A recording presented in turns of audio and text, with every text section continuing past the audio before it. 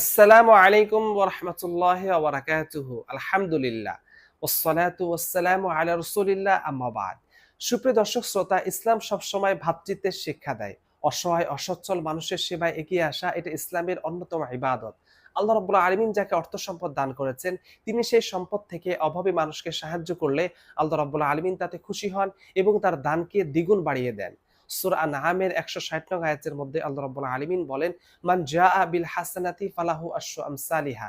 যে ব্যক্তি কোনো ভালো কাজ করবে, আল্লাহ রাব্বুল আলামিন বলেন তার জন্য রয়েছে ১০ গুণ পুরস্কার। অর্থাৎ আমরা যদি আমাদের বন্যার্ত ভাইদের সহযোগিতা করতে পারি, আল্লাহ রাব্বুল আলামিন সেটাকে ১০ গুণ বাড়িয়ে দিবেন। বুখারী শরীফের ১৪৪২ নং হাদিসে হযরত আবু হুরায়রা রাদিয়াল্লাহু তাআলা আনহু থেকে বর্ণিত, তিনি বলেন, প্রিয় নবী সাল্লাল্লাহু আলাইহি সাল্লাম বলেছেন, প্রতিদিন সকালে দুইজন ফেরেশতা আসমান থেকে অবতরণ করেন। তাদের একজন বলে, হে আল্লাহ, যে দান করে তার দানের উত্তম প্রতিদান দিন। অপরজন বলে, হে আল্লাহ, যে দান করে না তাকে ধ্বংস করে দিন।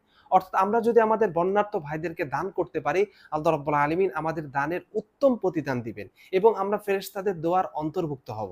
মুসলিম শরীফের ৮১৬ নং হাদিসে হযরত আব্দুল্লাহ ইবনে মাসউদ রাদিয়াল্লাহু তাআলা আনহু থেকে বর্ণিত, তিনি বলেন, প্রিয় নবী সাল্লাল্লাহু আলাইহি সাল্লাম বলেছেন, দুই ব্যক্তি ব্যতীত অন্য কারো উপরে হিংসা হতে পারে না।